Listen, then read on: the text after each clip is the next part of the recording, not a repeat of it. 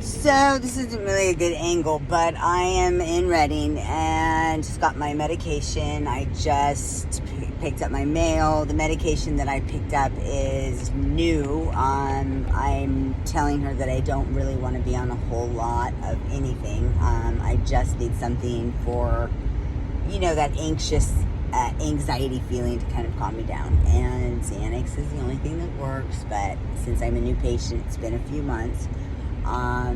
They have to go through a certain process. So they had to screen me, and I'm waiting for that to come back. But in the meantime, while I'm here, I am going to drive past my the house that I lived at here that kind of ended my my living and closed out this chapter of Reading in my life, actually.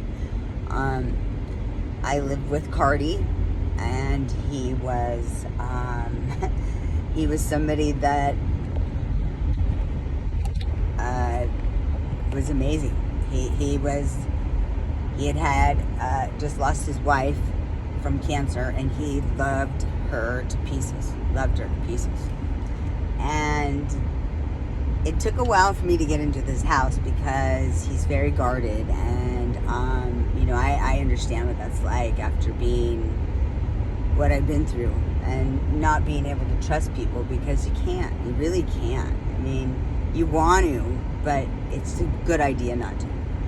And when I finally made it in, after, 3 months or something, we became very, very close. And he was my biggest supporter.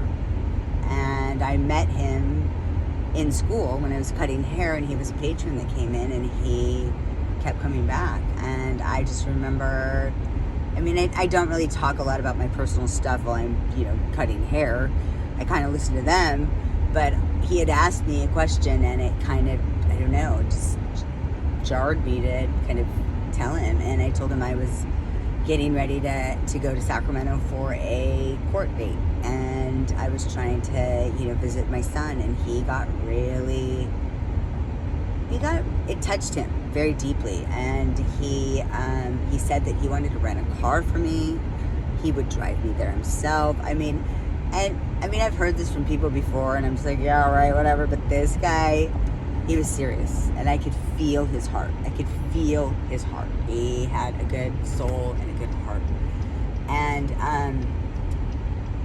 so I lived with him for probably about a year. COVID hit, and so we spent a lot of time together because, I couldn't go to school, and I was doing it via Zoom. Well, he invited me to go to Bible study, and I kind of liked it, and, we'd go here and go there, and we started talking, and I shared my story with him, and he cried. He cried and cried and cried, and I'm pulling up to the house right now, and it looks like it's been sold. Wow. And I fell in love with him. And then he met a woman, and for him to meet a woman after losing the love of his life was very it was very exciting for him. So he was stoked and very, very happy, and I was happy for him. I'm going to have to come back. Hold on.